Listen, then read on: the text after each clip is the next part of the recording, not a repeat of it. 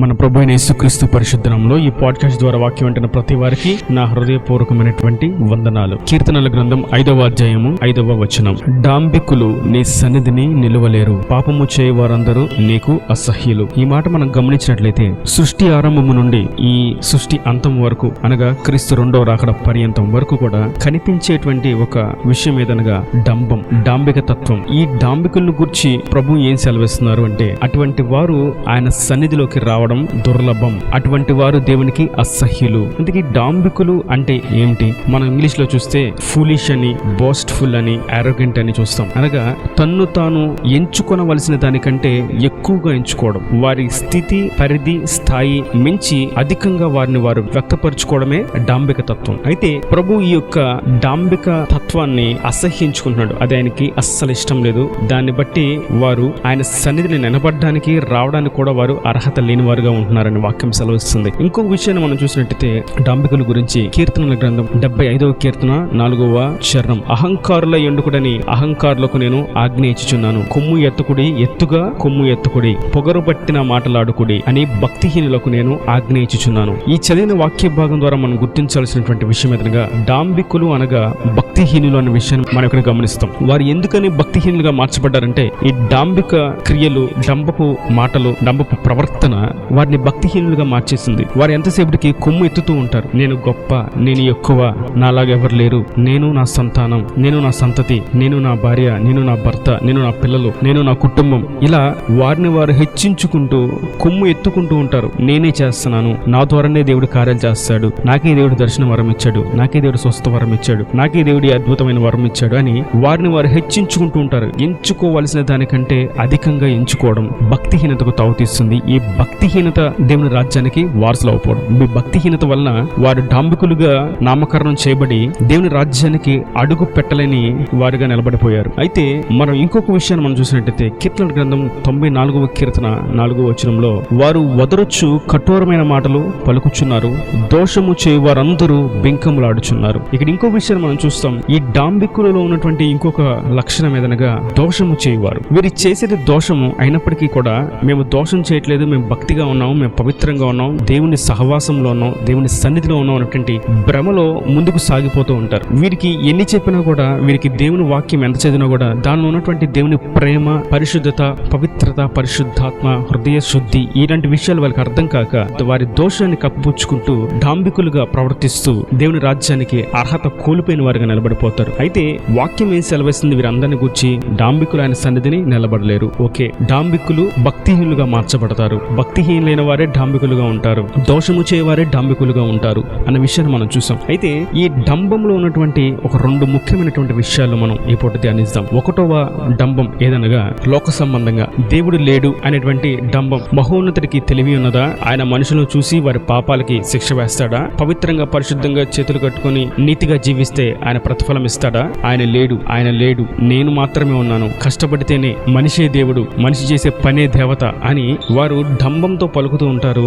సత్యవంతుడైనటువంటి క్రీస్తును, దైవత్వమును వారు తృణీకరిస్తూ ఉంటారు. ఇది మొదటి రకపు డంబం. ఇందుని గురించి మనం చూస్తాం 73వ కీర్తన 7వ చరణం నుండి. క్రొవ్వు చేత వారి కనులు మెరకలై ఉన్నవి, వారి హృదయాలోచనలు బయటికి కానవచ్చుచున్నవి. ఎగతాళి చేయుచు బలాత్కారము చేత జరుగు కీడును గూర్చి వారు మాట్లాడుదురు, గర్వంగా మాట్లాడుదురు, ఆకాశము తట్టు వారి ముఖమును ఎత్తుదురు, వారి నాలుక భూసంచారము చేయును, వారి జనము వారి పక్షమును చేరును, వారి జలపానము సమృద్ధిగా చేతురు.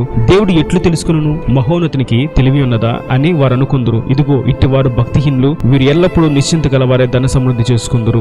డాంబికులు దేవునికి విలువివ్వని వారు, దేవుడు లేడని చెప్పేవారు. వారిని గురించి వాక్యం సెలవిస్తుంది. వారు ఎంత గర్వంగా మాట్లాడుతున్నా, వారి నాలుక భూసంచారం చేస్తున్నా, ఆకాశం తట్టు గర్వంగా ముఖం ఎత్తినా, గొడవలకు కలహాలకు కాలు దువ్వినా వారు డాంబికులుగా నిలబడతారు గానీ దేవుని రాజ్యంలో నిలబడలేరు. ఒకవేళ ఈ భూమి మీద వారి గర్వాన్ని బట్టి, డంబాన్ని బట్టి జయించి ముందుకు సాగగలరేమో గానీ పరలోక రాజ్యానికి అడుగు కూడా పెట్టలేరు. ఆయన సన్నిధిలో నిలబడను కూడా నిలబడలేరు అని వాక్యం సెలవిస్తుంది. మరియు 2వ డంబం గురించి మనం చూసినట్టయితే, దేవుడు నాతోనే ఉన్నాడు, దేవుడు నాలోనే ఉన్నాడు అనేటువంటి భ్రమతో బ్రతుకుతూ ఉంటారు. వీరు 2వ రకమైనటువంటి డాంబికులు. దేవునికి మందిరానికి వస్తూ తెల్లబట్టలు వేసుకొని రక్షణ తీసుకున్నామని చెప్తూ, ప్రార్థన చేసుకుంటున్నామని చెప్తూ, బైబిల్ చదువుతున్నామని చెప్తూ, పాపపు క్రియలను విడిచిపెట్టగా, దోష నివృత్తి కలుగక, నీతిగా జీవించక, పైగా వీరంటారు దేవుడు నాలో ఉన్నాడు, నాతో ఉన్నాడు, దేవుడే నాకు దర్శనం ఇచ్చాడు, దేవుడే నాకు తెలియచేశాడని వారు భ్రమలో ఉంటూ వారితో ఉన్నవారు వారిని కూడా భ్రమలో నడిపిస్తూ ఉంటారు. ఈ అంత్యకాలంలో ఎక్కువగా సాతానుగాడు వాడుకునేటువంటి కోణం ఈ కోణం, రెండో రకమైనటువంటి డాంబికత్వం. ఇట్టి డాంబిక జనులు దేవుని సన్నిధికి, దేవుని రాజ్యానికి వారసులు కాలేరు. మనం ఇందును గూర్చి చూస్తాం. యెషయా ప్రవచన గ్రంథం 2వ అధ్యాయం 12వ వచనంలో, అహంకారాతిశయం గల ప్రతి దానికిని, ఔన్నత్యము గల ప్రతి దానికిని విమర్శించు దినం ఒకటి సైన్యములకు అధిపతి యెహోవా నియమించి ఉన్నాడు. వీరు అనుకుంటారు దేవుడు లేడని అనుకుంటారు కొందరు, ఒకటో రకమైనటువంటి డాంబికులు. రెండో రకం డాంబికులు నాలోనే ఉన్నారు అనుకుంటారు, పాపంలోనే జీవిస్తారు, దోషంలోనే సాతాను అడుగుజాడలో నడుస్తూ ఉంటారు. వీరందరికీ ప్రభు సెలవిస్తుంది, నా సన్నిధిని అట్టివారు నిలబడలేరు, మరియు వారి కొరకు నేను ఒక దినమును నియమించి ఉన్నాను. వారు చేసిన ప్రతి దానికి తీర్పు దినం అనేది ఒకటి నేను నియమించి ఉన్నాను. ఆ దినమున వారు గుర్తించి, అయ్యో నేను దేవుడు లేడనుకున్నాడు, మహోన్నతుడికి తెలివి లేదే అనుకున్నాను అని మొదటి రకం డాంబికులు వచ్చి మాట్లాడిన ప్రయోజనం ఉండదు. అయ్యో దేవుడు నాలో ఉన్నాడు అనుకున్నాను, దేవుడు నాతోనే ఉన్నాడు అనుకున్నాను, ఈ పాపక్రియలన్నీ నాకు తెలియకుండా కన్ను మూయబడినట్లుగా నేను చేశాను అని అప్పుడు కన్నులు తెలిసినా, అప్పుడు గుర్తించినా, అప్పుడు రెండో రకం డాంబికులకు కూడా ప్రయోజనం ఉండదు. బైబిల్ గ్రంథంలో అనేకులు డంబాలకు పోయి నష్టాన్ని చూసిన వారు అనేకులు ఉన్నారు. వారిలో ఎస్తేరు గ్రంథంలో మనం చూస్తాం, హామాను అనేటువంటి వ్యక్తి క్రైస్తవులందరినీ హతము చేయాలని, యూదులందరినీ ఓచుకొట్టుకోయాలని, వారిని చరిత్ర పట్టణం నుండి తీసివేయాలని, వారిని సమూల నాశనం చేయాలని కంకణం కట్టుకున్నాడు. చివరికి ఆ హామాను ఉరితీయబడి వారి కుటుంబం అంతా, వారి సంతతి అంతా శపించబడినదిగా, చరిత్రలో స్థానం లేనిదిగా మిగిలిపోయింది. డాంబికులు ఆయన సన్నిధిని నిలబడలేరు. మరియు మనం మొదటి సమయాల గ్రంథంలో చూస్తాం, గొల్లియాతు ఇజ్రాయెల్కు విరుద్ధముగా, యూదులకు విరుద్ధంగా, దైవ జనాంగానికి విరుద్ధంగా నేను గొప్ప, నా వంటి యుద్ధ వీరుడు, యుద్ధ శూరుడు లేడు అని డంబాలతో, గర్వంతో, అహంకారంతో, అహంభావముతో అడుగువేసి యుద్ధానికి కాలు దువ్వాడు. చివరకు దేవుని అభిషిక్తుని ద్వారా పతనా స్థాయికి చేర్చబడ్డాడు. అతని చరిత్ర నిలబడలేదు. డాంబికులు ఆయన సన్నిధిని నిలబడలేరు. మరొక ముఖ్యమైనటువంటి విషయం మనం గమనించాలంటే, ఈ డాంబికులు అందరూ కూడా ఎవరు ఎదురుగా నిలబడతారంటే నిజమైనటువంటి అభిషిక్తులు ఎదుట నిలబడతారు, నిజమైనటువంటి భక్తులు ఎదుట కనిపిస్తారు. దేవుని కొరకు తమను సమర్పించుకొని ప్రతిష్ఠిత కలిగి అన్ని కోణాల్లో పరిశుద్ధతను వెతుక్కుంటూ పవిత్రత కొరకు నీతి మార్గములు నడుస్తున్న వారికి ఈ డాంబికులు కనిపిస్తూ ఉంటారు. అయితే ఈ డాంబికులను చూసినప్పుడు నిజమైనటువంటి భక్తి గల వారు అనుకుంటారు, వీరు చాలా బాగున్నారు, వీరు చాలా సంతోషంగా ఉన్నారు, కానీ మేము ఎందుకు ఇలా ఉన్నామని. కానీ వాక్యం సెలవిస్తుంది, వారందరూ ఇప్పుడు గెలుస్తున్నట్లుగా, ఇప్పుడు నవ్వుతున్నట్లుగా, ఇప్పుడు ఆరోగ్యంగా ఉన్నట్లుగా, ఇప్పుడు సంతోషంగా ఉన్నట్లుగా, వారు సమృద్ధిగా ఉన్నట్లుగా, ఆశీర్వాదకరంగా ఉన్నట్లుగా ఇప్పుడు కనిపిస్తున్నప్పటికీ వారందరికీ ఒక దినం ఉంది. వారు భక్తిహీనులు, వారు దోషులు, వారు దేవుణ్ణి సైతం దూషించువారు, దేవుణ్ణి సైతం వారి స్వప్రయోజనాల కొరకు వాడుకునేవారు. ఇట్టి వారికి ఒక దినం ఉంది, వారు నా సన్నిధిని నిలబడలేరు అని ప్రభు సెలవిస్తున్నారు. దేవుని కొరకు నిజాయితీగా, నీతిగా, యథార్థంగా అవయవములను, ప్రాణత్వ దేహములను ఆయనకు ప్రతిష్ఠించుకొని జీవిస్తున్నారా? మీ కొరకు ప్రభు సెలవిస్తున్నాడు, డాంబికులు నా సన్నిధి నిలబడలేరు గాని పవిత్రులు, పరిశుద్ధులు మాత్రమే నా ఎదుట నిలబడగలరు. అట్టి వారి యందు నేను ఆనందిస్తున్నాను, వారు ప్రార్థిస్తూ ఉంటే నేను సంతోషిస్తున్నాను అని ప్రభు సెలవిస్తున్నారు. కీర్తనల గ్రంథం 5వ అధ్యాయం 4వ వచనంలో చూసినట్లయితే, నీవు దుష్టత్వమును చూసి ఆనందించే దేవుడు కాదు, చెడుతనమునకు నీ యొద్ద చోటు లేదు. దుష్టత్వము చూసి ఆనందించేవాడు కాదు అంటే దాని అర్థం ఆయన పవిత్రంగా జీవించేవారిని, పరిశుద్ధంగా జీవించేవారిని, నీతియుక్తంగా బ్రతుకును కొనసాగించే వారిని చూసి ఆనందించే దేవుడు. ఆయన నిజంగా భక్తి కలిగి జీవిస్తున్న వారిని చూసి ఆనందిస్తున్నాడు. అటువంటి భక్తి కలిగి జీవించే వారిని ఆయన పరలోక రాజ్యానికి తీసుకెళ్తాడు. ఎందుకంటే వారి దోషములకు ప్రాయశ్చిత్తము కలుగు చేసి, దోష నివృత్తి కలుగు చేసి, పాప క్షమాపణ కలుగు చేసి, ఆయన అమూల్యమైన రక్తంతో కడిగి, ఆయన పరిశుద్ధాత్మ శక్తిని, అభిషేకాన్ని ఇచ్చి, ఆయన స్వరూపులుగా మార్చి పరలోక రాజ్యానికి చేర్చే మార్గాన్ని వారికి స్పష్టంగా తెలుపుతూ ఉన్నాడు గనుక వారు దాన్ని అంగీకరించి విధేయతతో, వినయముతో, వినమ్రతతో ముందుకు సాగుతున్నారు కనుక దేవుడు వారిని,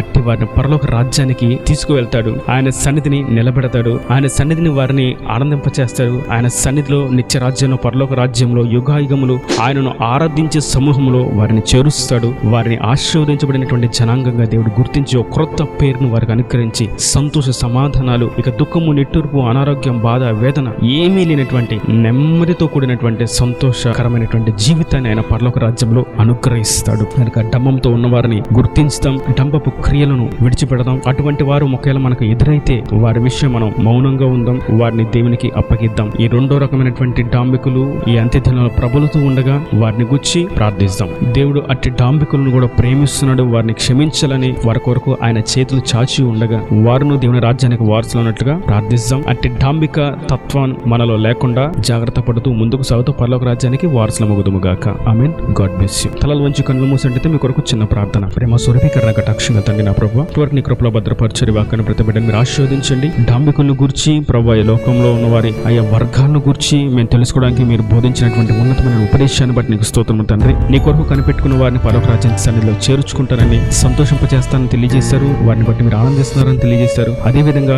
డాంబికులుగా నిలబడిన వారు నీ సన్నిధిలో నిలబడలేరని, వారు భక్తిహీనులని, వారు దోషులని, వారు నిత్య నరకానికి వారసులు అవుతారని కూడా మీరు తెలియజేశారు. ఆయనను వారిని కొరకు కూడా, వారి రక్షణ కొరకు కూడా మీరు ఎదురు చూస్తూ మీ చేతులు చాచి ఉంచారని, అయ్యా మీరు ఎదురు చూస్తున్నారని మీరు సెలవిస్తూ వారి మీద మీ కృపను, వాత్సల్యతను నూతనంగా ఉద్వయింప చేస్తూ దినమును పొడిగిస్తున్నారని మీరు తెలియజేశారు. ప్రభువా, ఈ వాక్యాన్ని ప్రతి ఒక్క బిడ్డను మీరు ఆశీర్వదించండి. ఏమాత్రం డంబపు క్రియలు ఎవరిలో ఏ కోణాన ఏ కోశన లేకుండా మీరు సమృద్ధిని దయచేసి, దీనత్వమును దయను వారికి అనుగ్రహించి, క్షేమాన్ని దయచేసి మీరు రాజ్యానికి వారసులుగా, హక్కుదారుగా చేసుకోమని యేసు పరిశుద్ధ నామమున ప్రార్థించి వేడుకుంటున్నాను తండ్రి. ఆమేన్, ఆమేన్.